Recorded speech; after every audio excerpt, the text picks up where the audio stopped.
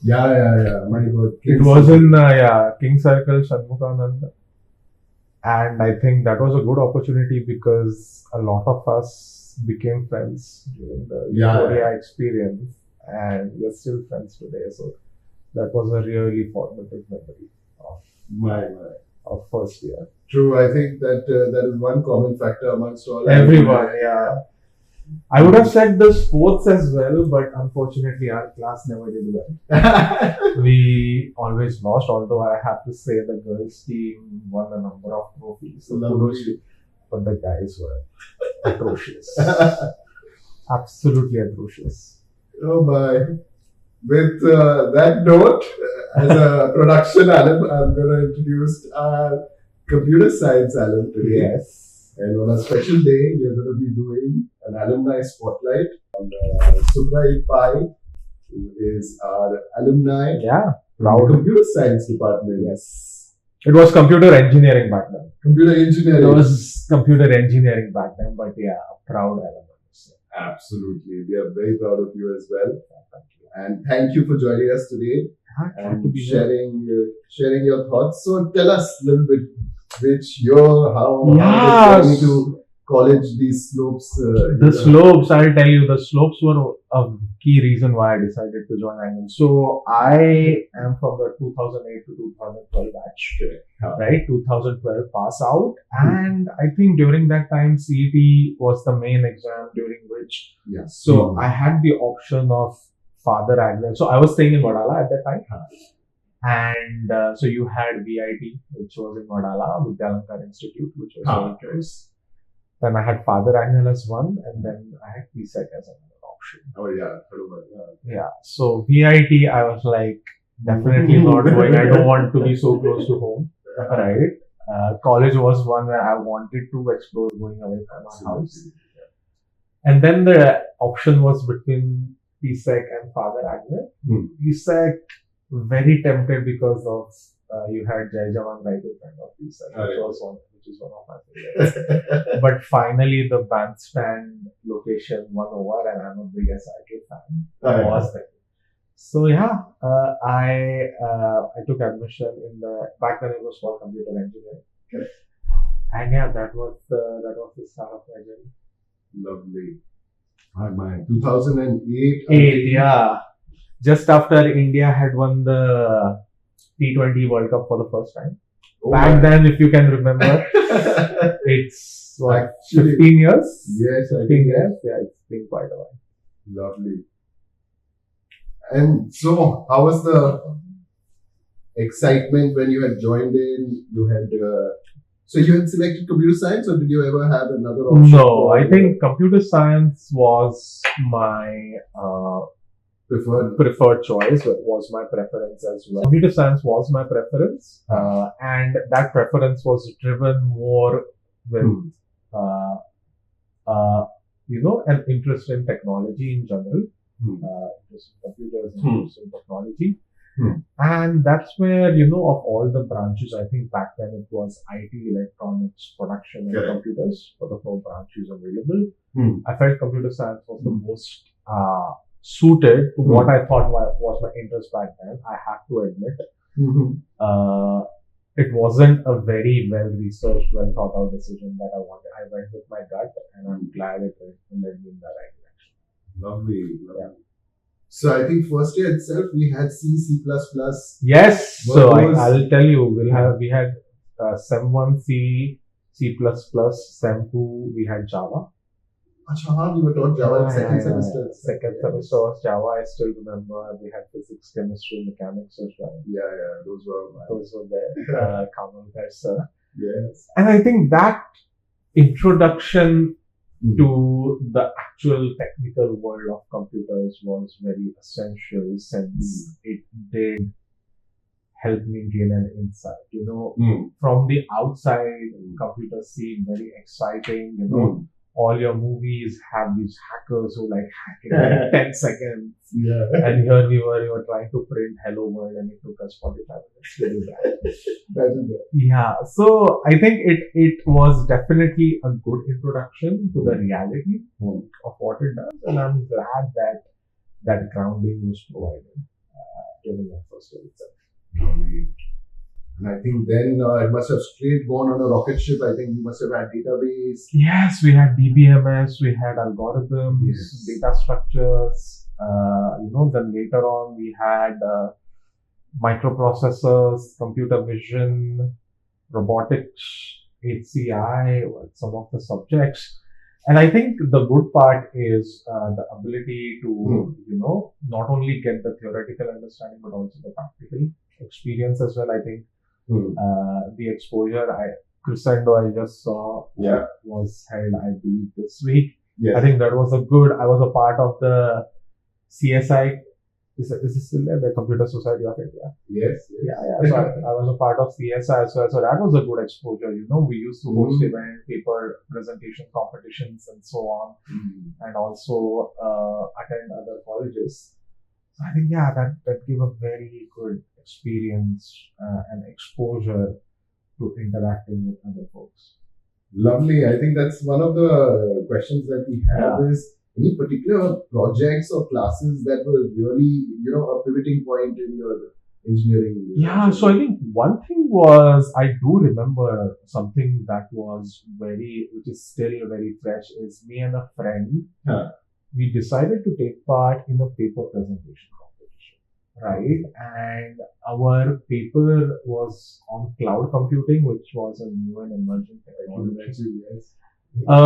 So it was our first experience, and we didn't know any better. So what we just did is we took some items from Wikipedia, from this and that, and we just pasted it all together, not knowing about plagiarism, not knowing about putting proper references. And we presented it in one of the technical festivals of our college, and then one of the judges, he was kind enough to tell us that this is a good attempt, but this is not how you write a paper. There has to be something original. You cannot just take something from Wikipedia without having reference in it, footnotes. So I think that was a great insight into how there's a difference between what you do in school and practicals, where I did refer to a lot of my friends' work. Fair enough. Friends work during practicals, but when you go in the outside world, I think the rigor, the discipline, the originality takes a whole different. So did you find this common across the 4 years? Yes. And I wanted to ask, one of the judges, was it a faculty member or was it something? Not from our college. So I think we had gone to a college in Vasai or Virar. And he was a faculty member there. Lovely. And this is probably in your second year? Second year. I believe either second or probably second year. Most probably second year. Lovely. Second or third year. And that kind of gave us, an insight into, okay, if you're going to present something original, it needs to be a lot more rigor and effort, more than just spending a couple of hours in a cyber cafe. Correct. Right? So it was a great experience, and I think that taught us. And I think we worked on another paper, and then also I think those learnings grew into our final report. So talking about a little bit about the the discipline aspect and the way that college conducts itself. Do you think that's something that was very unique were taught here and as compared to other engineers? Yeah, so I can speak to my experience here. I think when it comes to discipline, I will say that our class did not quite. I was the class representative, so I had to face the burden a number of times because my class was not disciplined. There were quite a number of times where I had to stand in front of Mr. Martis. Yes. No, he retired. He retired. Okay. Yes. There have been multiple times where I had to stand in front of him and explain why my class didn't attend a lab or why were we creating a ruckus. But I think that emphasis on discipline was definitely what I observed in talking with my other friends, was something that was more prominent here. In terms of discipline, so as simple as attendance, right? Ensuring that you are attending the classes, the practicals, I think was a good learning for the real world. Lovely. I think that's one of the things now. The question comes is that, can you point out a couple of skills that you think you must have picked up that really today also that you say, yeah, this is something that. Yeah. I think the other part that I really liked about my time here was the emphasis on extracurriculars as well that I see even today. So one very big, other than the dance that I mentioned, the very big formative memory that I have and great experiences was the debate. Oh, yeah, right. So I had a very good pleasure. I think she has retired, Miss Vasanti Rana. Yeah. Right. But yeah. So, by the way, it was the 29th year. Oh, really? So for the Father Agnes Wow. debate.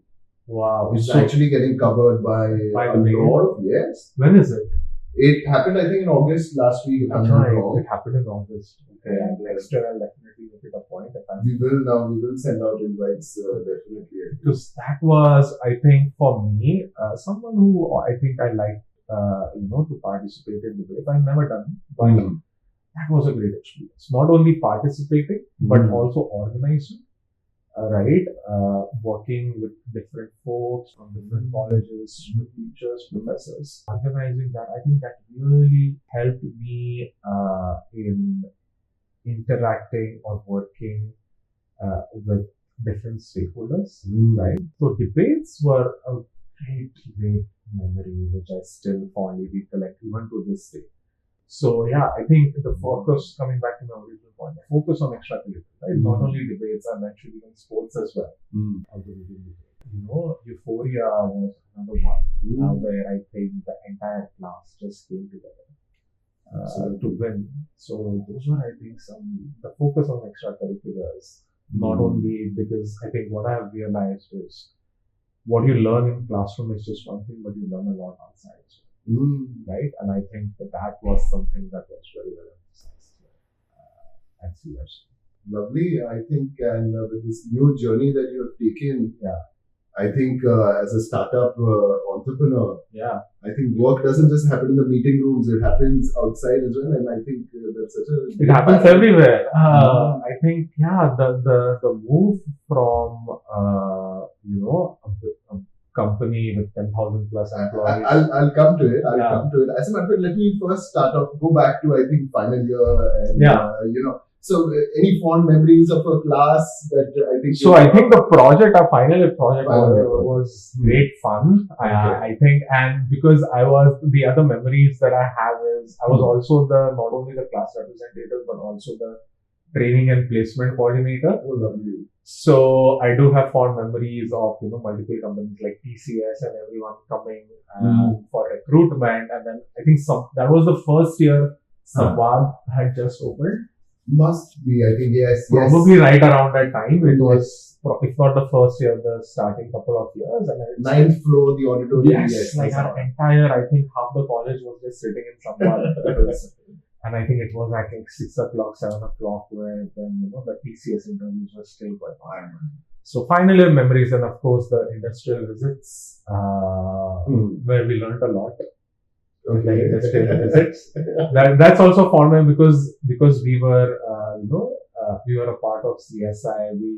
We organized these trips as well. So that was also a very wonderful. And how many of these industrial visits did you undergo? I think we did 2. Okay. We did one in our second year and we did one in our third year. Fourth year, I don't think it was in our fourth year. But as a part of CSI, we did one in second and third year. Do you think that you had a perception of how work will expect from you, and then being a training and placement officer really help you? I think what it helped me was just getting some understanding of very basic understanding of what a company needs or looks for. Right? Because I think via that I had the opportunity to actually talk with the recruiters. And although those discussions were not very detailed, but it did kind of give me an insight into what they're looking for, which at that time I realized that they are just looking for very simple basic. Like discipline, if you say you'll do something, you'll do something. So I think those were some of the learnings, but in terms of like what an industry actually does, that I learned once I actually joined the company. So tell us about your first job. My first job was with Intel, again a huge company, more than 100,000 people, and it was in a place called Phoenix, Arizona. So after my bachelor's, I pursued my master's. Okay. So let me then go to masters. I think where did you do your master's? So I did my master's at Georgia Tech, Georgia Institute of Technology, based in Atlanta. Yes. And I pursued my master's immediately after. Okay. So that's something that you had decided that I'm going to So it was, my sister had done her master's, and it was something that, I was interested in as well. So third year, fourth year, a lot of that time was, spent in studying for GRE, doing applications and so on. And then a number of my friends, not only me, I think around 60% Yeah, not 60, probably a bit higher, but I would say around 30% of my class, around 20-25 folks, we did our masters. From my class, I think. Immediately after, right? So all of us, we went together, although at different universities. And I think that experience of pursuing or studying in the US was totally different. Right? It was the first time I was away from my family. It was the first time I was in a totally new country, living all by myself. Living with roommate, but it was the first time I was away from my family in a different country with different culture. Absolutely. And more importantly, a very different education system. Right? So it was definitely required some adjustment. Right? I think I would say the first 6 months there, we were just trying to cope up. Survival was the main focus. And I think, and then I think I graduated, completed my master's, and then my first job out of college was. This is probably 2014. So I joined 2012, I graduated December 2013, 1.5 I think 1.5 years, correct. And then early 2014, I started working with it. So just for a little bit of context, I think Georgia Tech Computer Science is, I'm guessing, probably top. Outside of California, I'm guessing it's probably one of the. It is one of the most. It is a very good school. And in terms of, I think one thing that really struck me was the exposure that they gave to students. So, for example, I remember for computer science, we had a textbook on database management by a professor called Professor Shamkam Nawati. Right? He had written this thick book on database. And after going to Georgia Tech, I found out that he actually taught the database class. Right? I did not take that class because it was too difficult. But those were the kind of, exposures you got there, which was tremendous. A lot of focus on research. Originality. So a completely different environment, which really pushed me and made me for the better. So had an amazing time there, learned a lot, made great friends. Once I graduated from there, my first job out of college was with a company, Intel. With Intel. So it was a job working for their semiconductor, for their automation technology group. And what we were doing is we were creating the software that they run in all their factories. Right? So their fabs. The fabs, exactly. So you were kind of optimizing their optimizing the processes, their systems, so it was not outside facing, it was more for their internal users, fab workers. So we were optimizing, creating new software, and replicating it in all their factories across the world. So I worked there for a couple of years. That was my first experience for working professionally, and I have to say it was a great experience working at Intel because it gave me an insight as to how you set up the structure, the processes that make one of the most storied companies in the world what it is. Right? So it gave me an insight into that, and I'll always be grateful because it was my first job out of college. So very special in that sense. Right. So I worked there for a couple of years, and then around 2016, I decided to move to a company called Dexcom. Okay.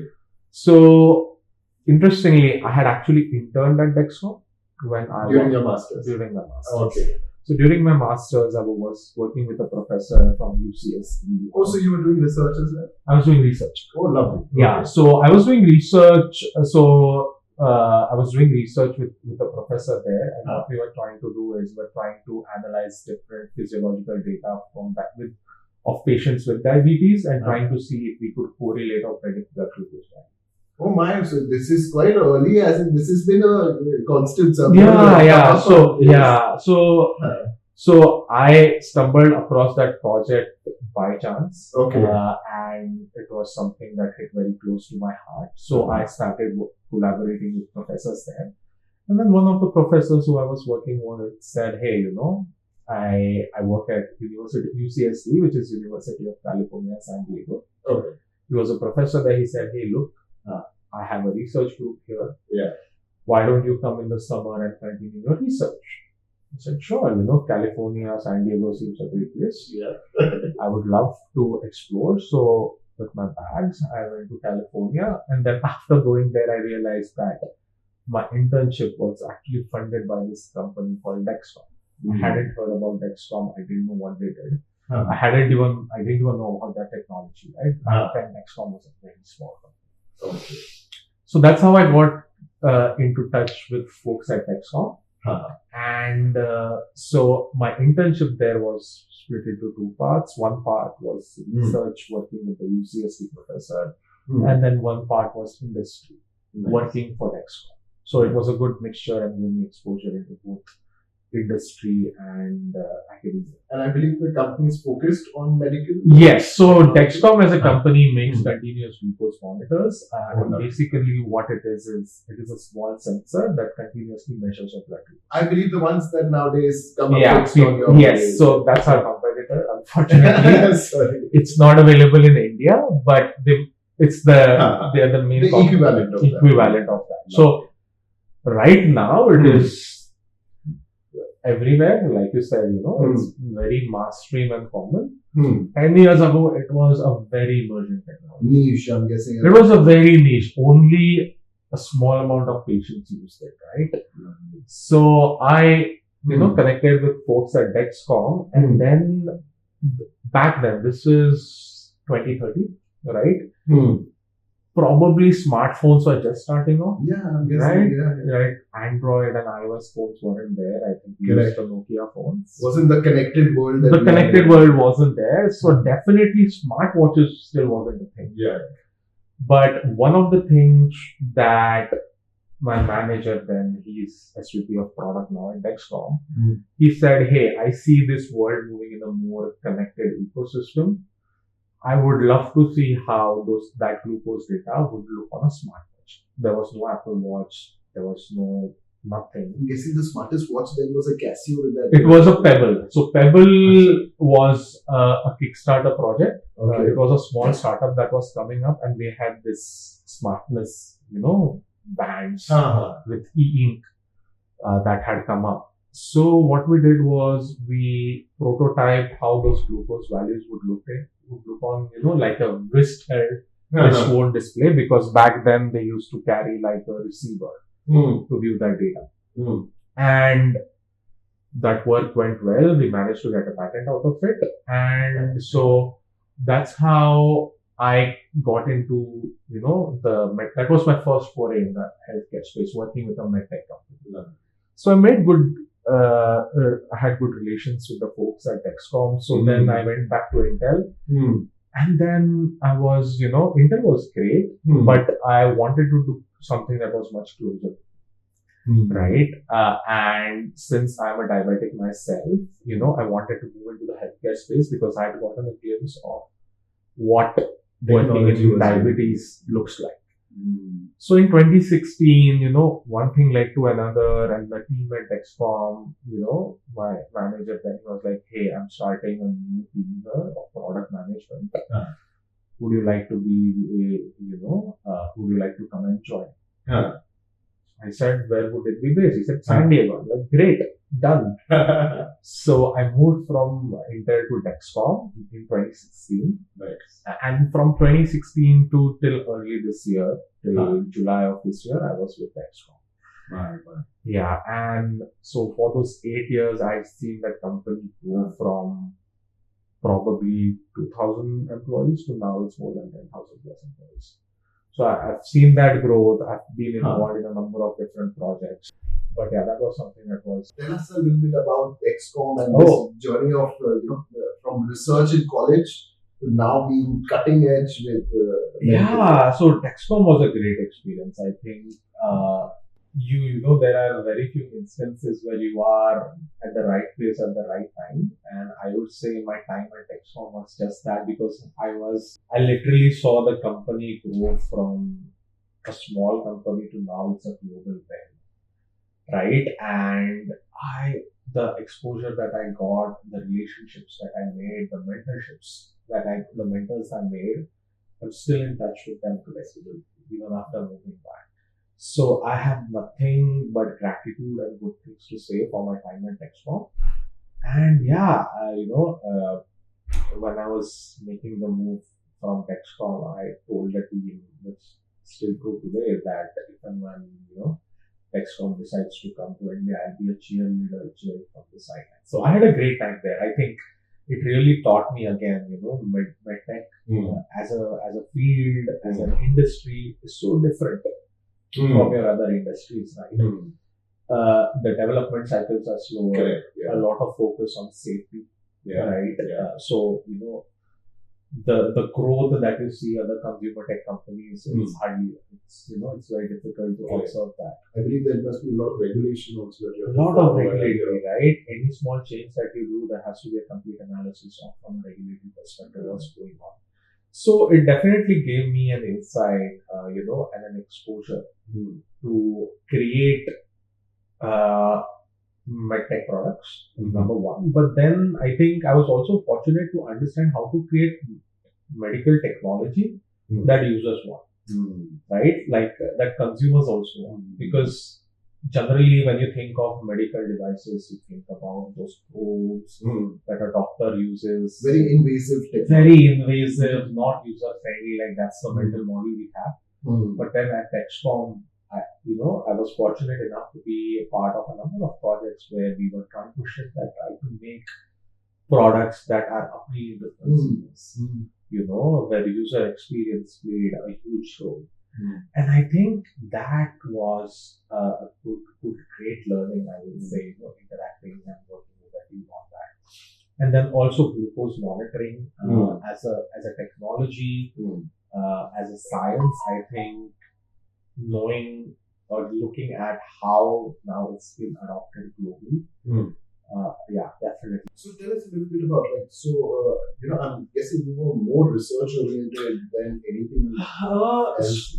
Not necessarily. So at Dexcom, I was a part of the product team. So So it wasn't research as such. So I was a part of. The way the product was that you had advanced tech R&D. You had advanced tech that's at the forefront of like the cutting edge. Then you had R&D, which was take the relevant technologies from advanced tech, create products, and then you had other product. So as product, what my job basically was act as the conduit between the business and the users, and work with the R&D team to create the right product. So basically, my interest was not only in technology and research, but I also had an interest in business and commercialization, etc. So as a product manager, I got to sit in the middle of all these discussions. Right? So I used to interact with our commercial team, our sales team to understand, where are the new opportunities? Where should we go next? Which opportunities we're pursuing? And also talk with the users, then understand, what are their needs? What are the unmet needs? How do we prioritize those needs? And then consolidate that in a concise way and then take it to R&D to say, hey, this is the product we need to build and this is why. So like in a way, my role was to define the why and the what, and R&D used to figure out the how. So that was my role as a product manager. and I worked across a number of different products, components, and ultimately I led a product line for next company. Okay.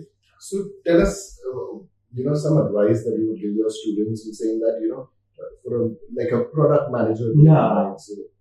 So I think product management, I have to say I was very fortunate as to how I got into product management, because each company has its own flavor of product management. I think that's one of the challenges with product management as a whole, which is each company has its own definition of what they want a product manager to do versus not.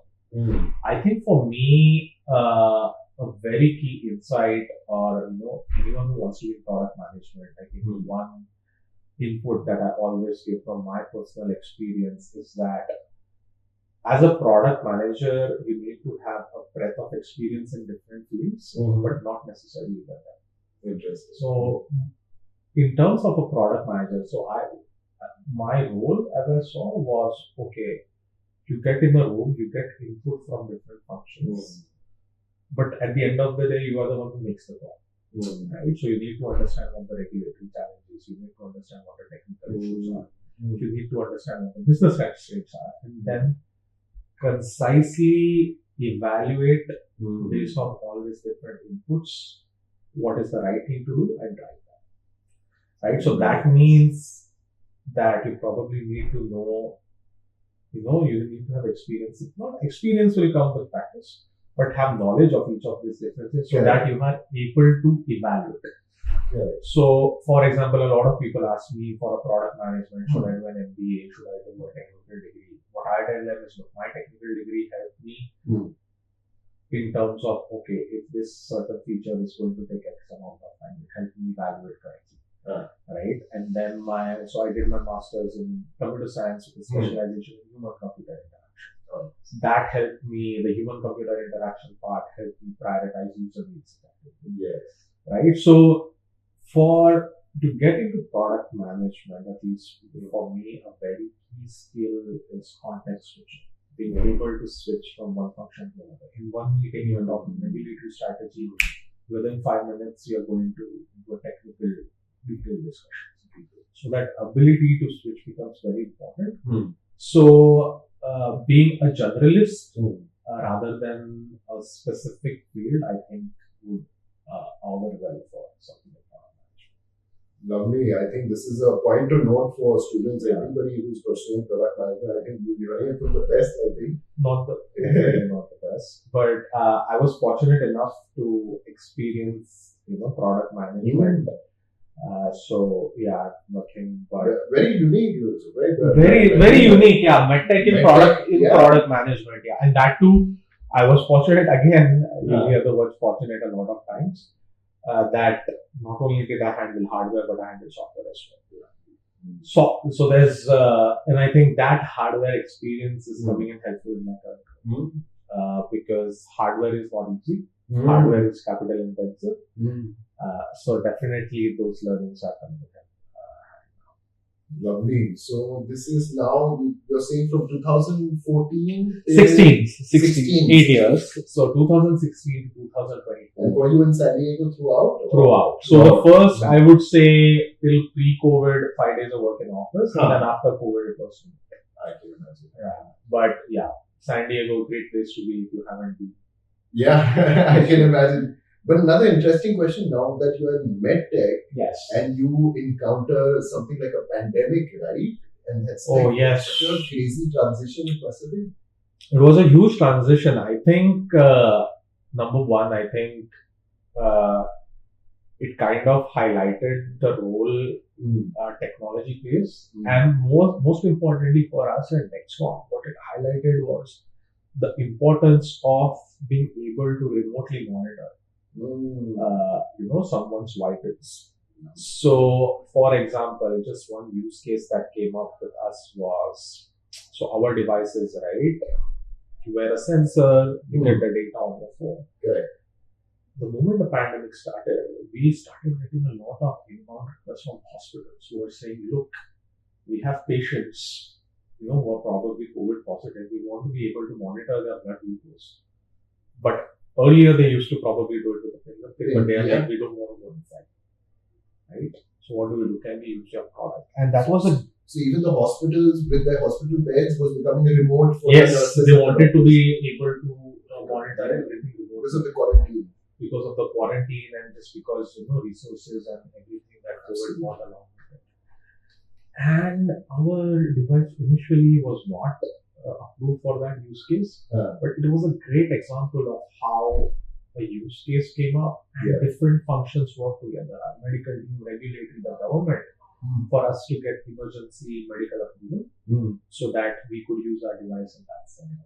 And that led to a huge.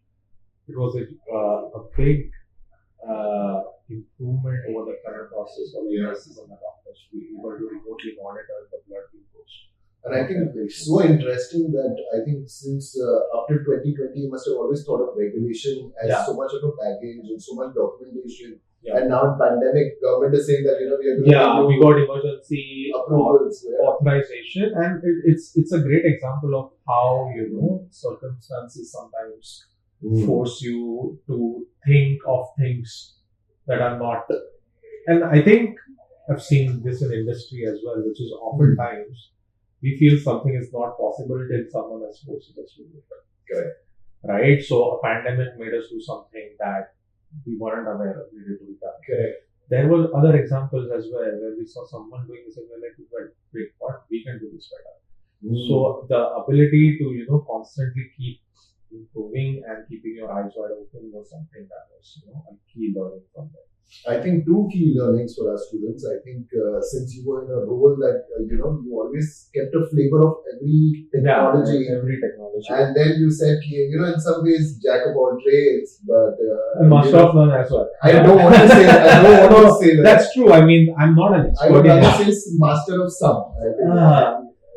But that was the part and parcel of the role, right? That you had to like be involved in all the discussions, operations, manufacturing, regulatory, software, correct, marketing, sales. But then that knowledge and context switching was helpful when you ultimately had to make the call. Absolutely, and that's the second learning. I think is you have to be constantly ready for change. You have to keep your eyes open for opportunity. And I think what is the one key skill that you would say that you allow? I think it's very easy to say that you're always open to change, but what is it that one thing that allows you to switch circumstances and then adapt to it? Yeah, I think the one thing that personally helped me, and I don't know how it will be for others, is knowing that me adapting to this change will ultimately lead to a better outcome for patients. Because one reason why I'm still in medtech and I'm always in medtech is because I definitely see the value that it brings to people. And knowing that, whatever you do or the change that you bring about ultimately has a larger effect is what ultimately keeps it going.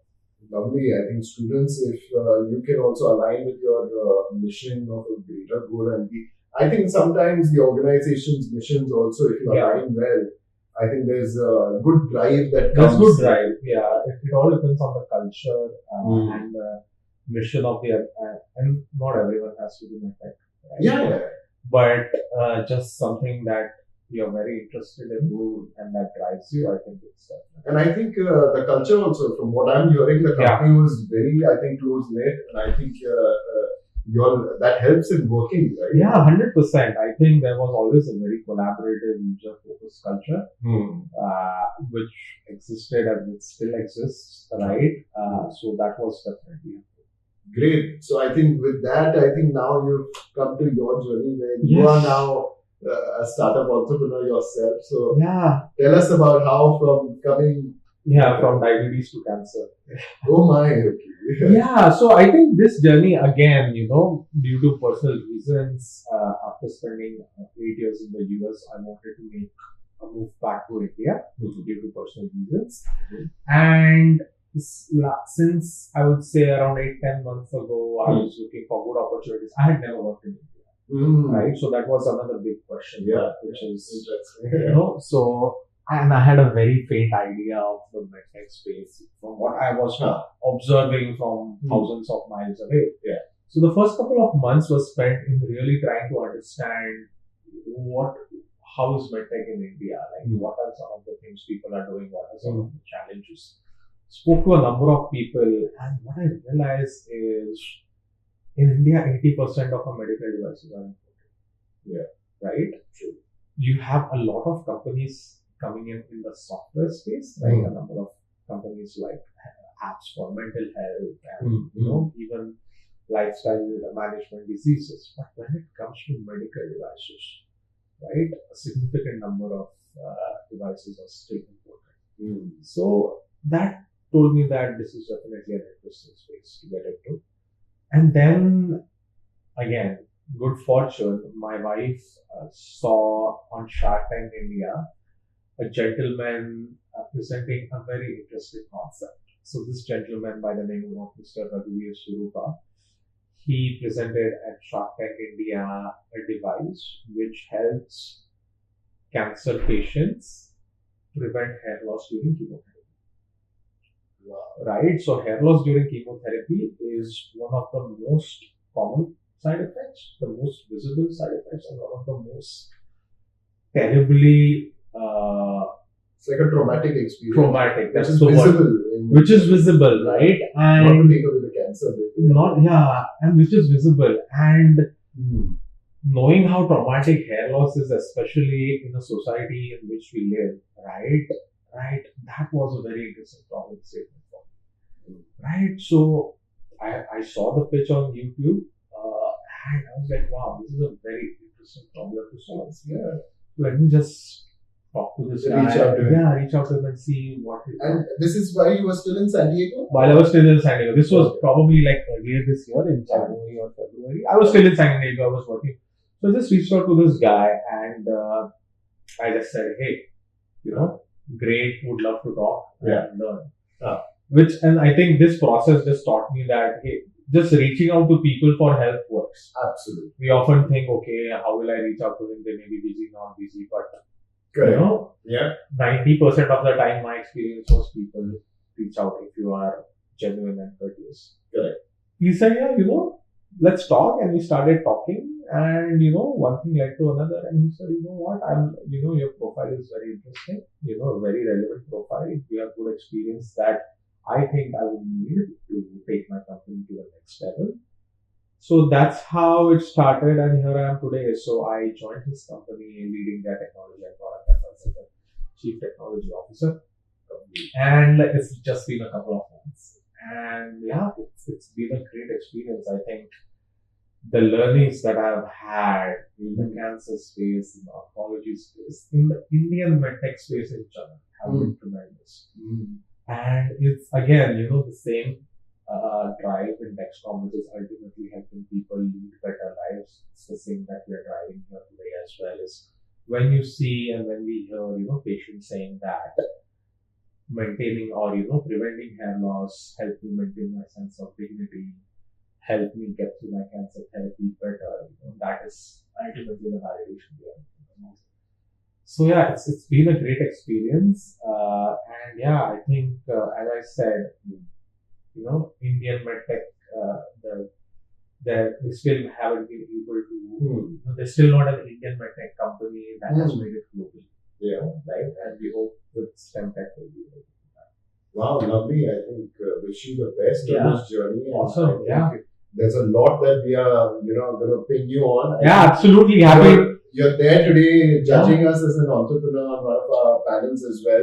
So happy to help. Happy to be here. I think the college has done a great job, looking at the facilities. So thanks to Mayur and the team for leading this. And we are honored, Subrai. I think what a lovely journey that you've had, my God, and so noble mission, so many lovely, and he's gotten the right drive, right opportunity throughout, and that I think is for students to always be open to collaborate and be open minded. That's one of the things that never say no. I think that was the other thing is like be open to any opportunity. You never know where it might come from. Half the battle is won by just showing up. Okay. And saying yes. So stay open. Say yes, and things eventually will. Lovely. Thank you so much. Thank you.